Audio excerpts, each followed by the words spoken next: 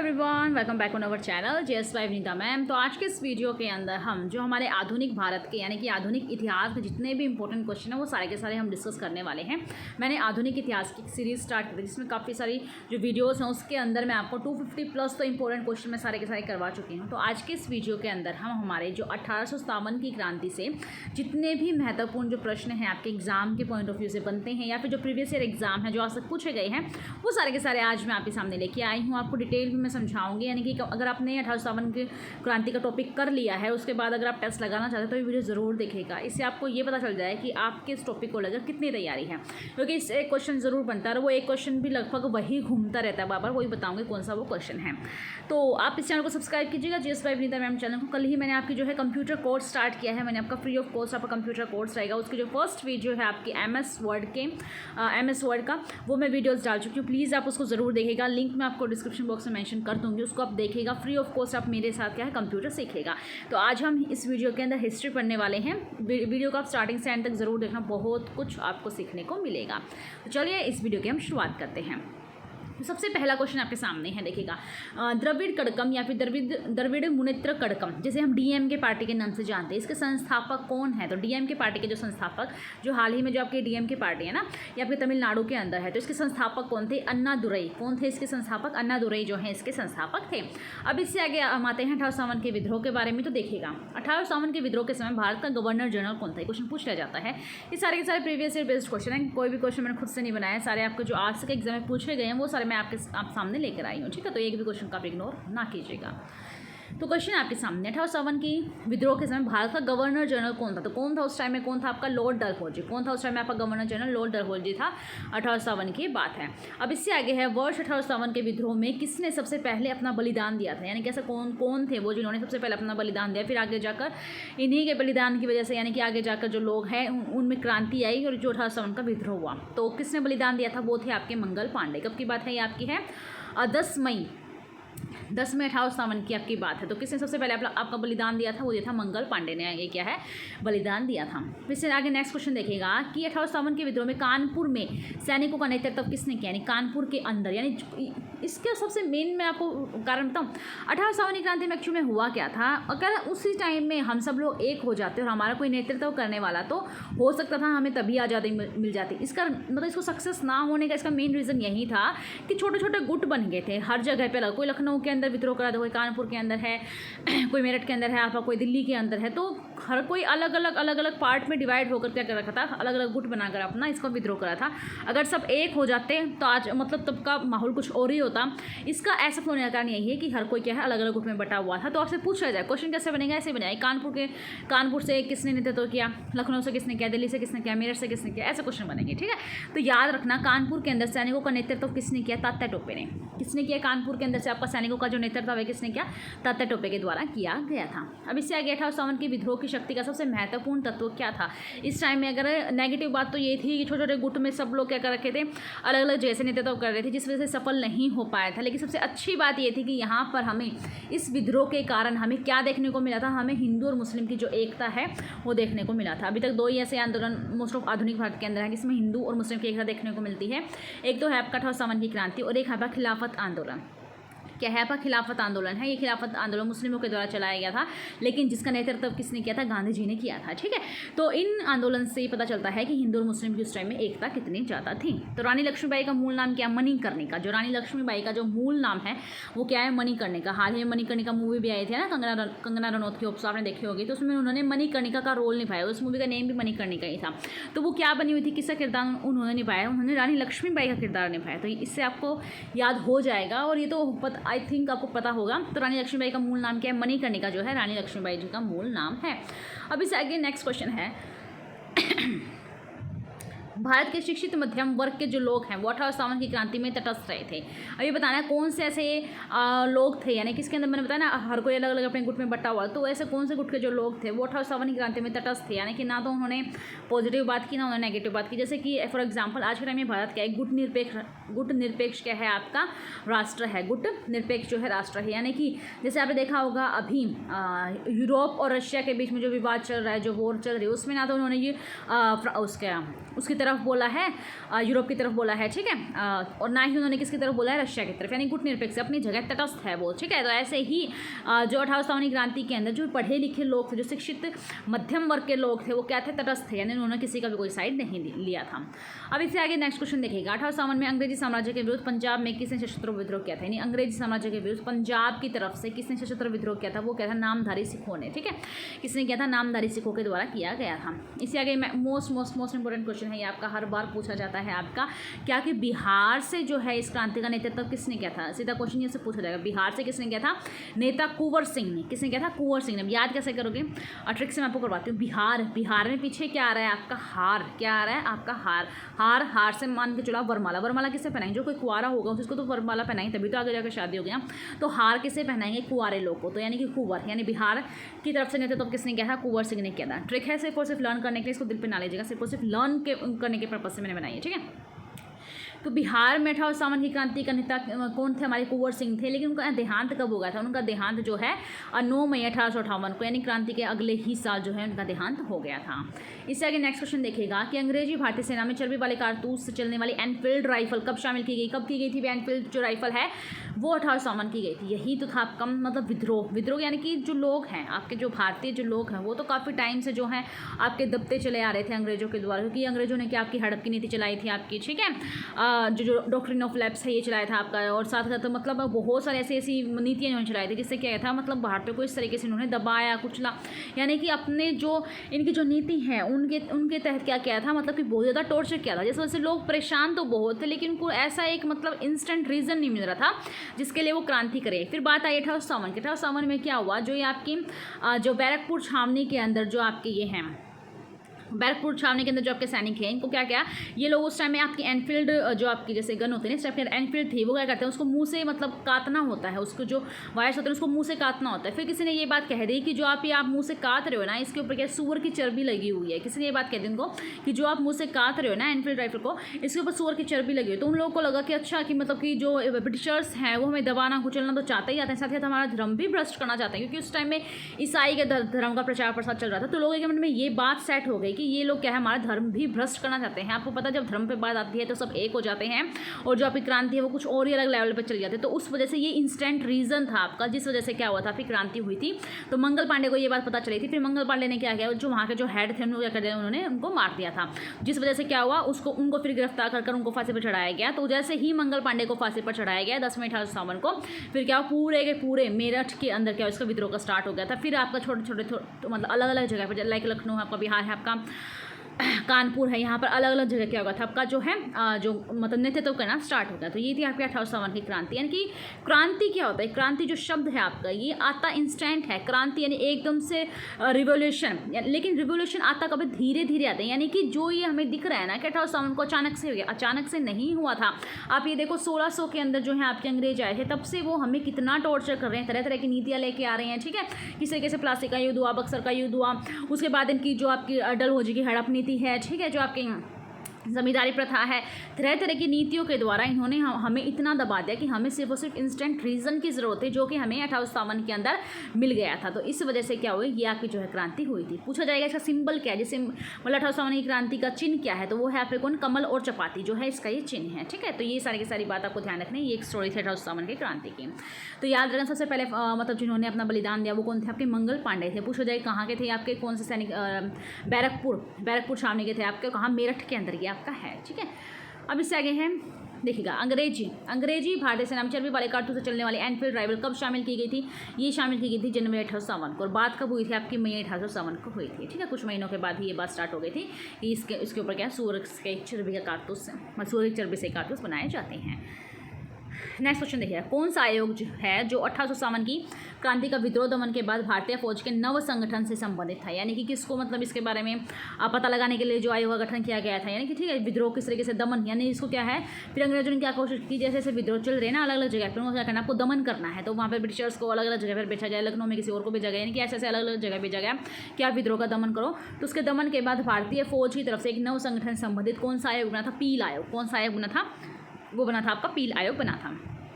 फिर 1851 के विद्रोह किस उर्दू कवि ने देखा है? ऐसे कौन से उर्दू कवि थे जिन्होंने 1851 की क्रांति को देखा था? कौन थे हमारे? वो मिर्जा गालिब साहब जी थे, जिन्होंने क्या किया था 1851 की क्रांति का मतलब जो विद्रोह है वो उन्होंने देखा था। नेक्स्ट क्वेश्चन है कि कौन 1851 के विद्रोह में अंग्रेजों का सबसे कट्टर दुश्मन कौन था? यानी सबसे कट्टर दुश्मन 1851 में कौन था? मौलवी अहमदुल्ला शाह। याद रखना है कौन था आपका? मौलवी अहमदुल्ला शाह। फिर से आगे नेक्स्ट क्वेश्चन है, जगदीशपुर के राजा थे, कौन थे? जगदीशपुर कहाँ की जगह? आपके बिहार के अंदर है आपका जगदीशपुर। उसके राजा कौन थे? कुंवर सिंह थे। डायरेक्ट ये पूछेगा बिहार की तरफ से नहीं थे तो किसने किया? कुंवर सिंह ने। बिहार के अंदर किस राजा, कहाँ के राजा नहीं थे तो क्या था? तो वो आपके जगदीशपुर के थे। ठीक है, ये सारी बातें आपको ध्यान रखनी है। अब इससे आगे 1851 की क्रांति के समय ब्रिटेन का प्रधानमंत्री कौन था? ऐसे क्वेश्चन भी पूछ लेते हैं कि उस टाइम में वहाँ का प्रधानमंत्री कौन था? तो कौन था? अभी लॉर्ड पामस्टर्न। कौन था आपका? लॉर्ड पामस्टर्न। अब कैसे याद करना है? देखो पाम का मतलब क्या होता है? हमारी हथेली। हथेली यानी कि हमारी मुट्ठी। वैसे तो मुट्ठी को फिस्ट कहते हैं बट याद रखेगा पाम यानी कि हमारी हथेली, यानी कि सब कुछ हथेली यानी उसकी मुट्ठी, यानी कि सब कुछ उसकी मुट्ठी में था। उसको पता था मुझे किस तरीके से कहाँ का कौन सा विद्रोह में कैसे दमा। तो ऐसे आप याद कर लीजिएगा। और लॉर्ड पामस्टर्न है वो आपके ब्रिटेन के उस टाइम के प्रधानमंत्री थे। नेक्स्ट क्वेश्चन है कि वर्ष 1851 के संदर्भ में किसे उसके मित्र ने धोखा दिया कि जिसे अंग्रेजों द्वारा बंदी बनाकर मार लिया? देखो तात्या टोपे जो हैं वो किसी के भी हाथ में नहीं आ रहे थे। वो अंग्रेजों क्या है धोखा देकर मतलब धूल जोकर उनकी आंखों में यानी निकल रहे थे, यानी कि कहीं कहीं जगह जाकर लोगों को इकट्ठा कर रहे थे ताकि इनके खिलाफ क्या है आंदोलन किया जाए।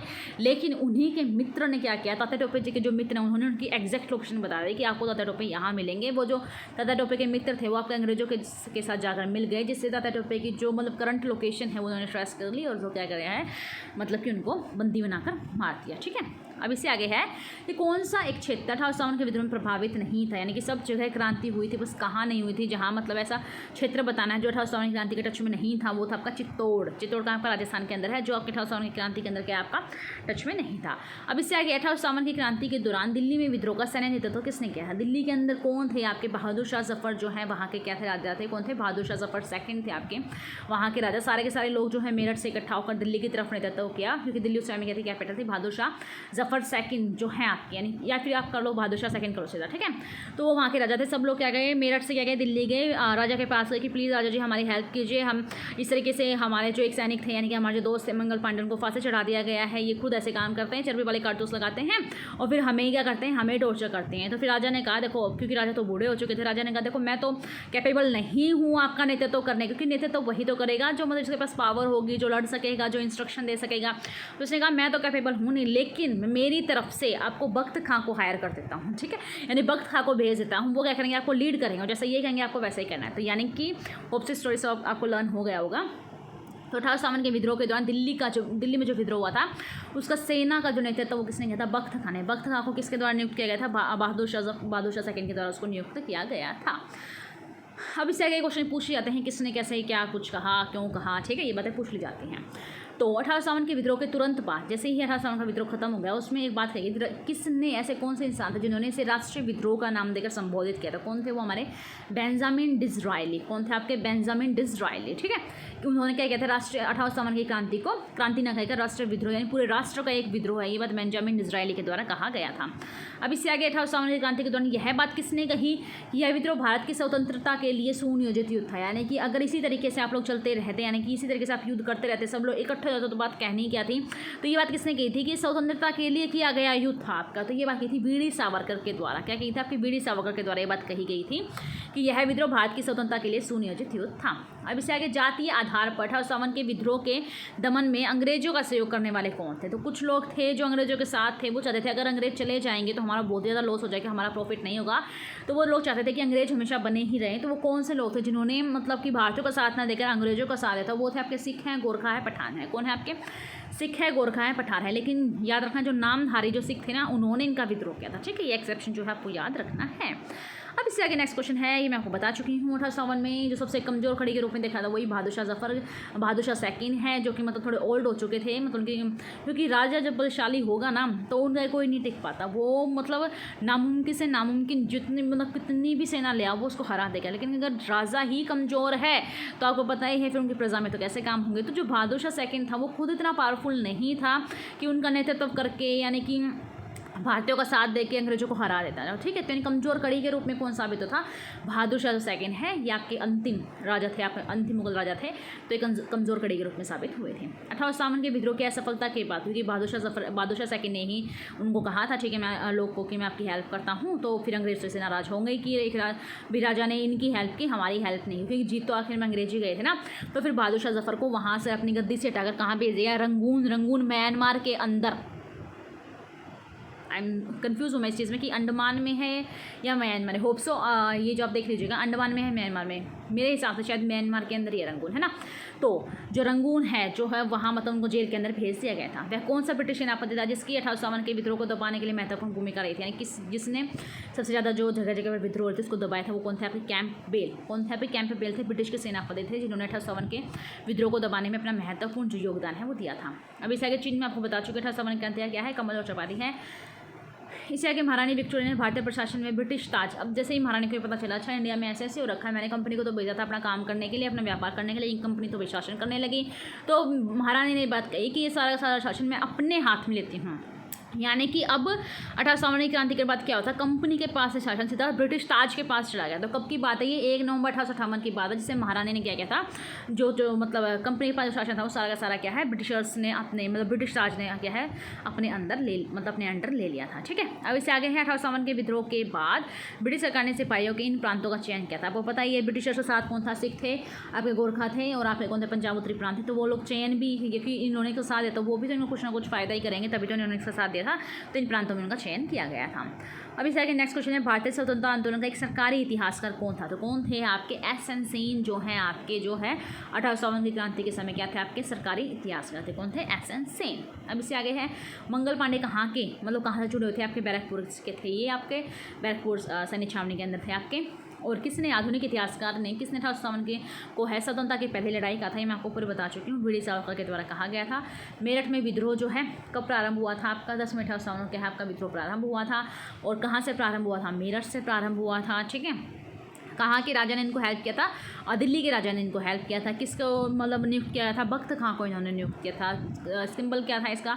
चिन्ह क्या था इसका? कमल, और जो चपाती वो उसका चिन्ह था। याद रखना, छोटा शॉर्ट रिवीजन मैं आपको करवा रही हूँ, ठीक है। बिहार में कौन थे आपके? कुंवर सिंह थे।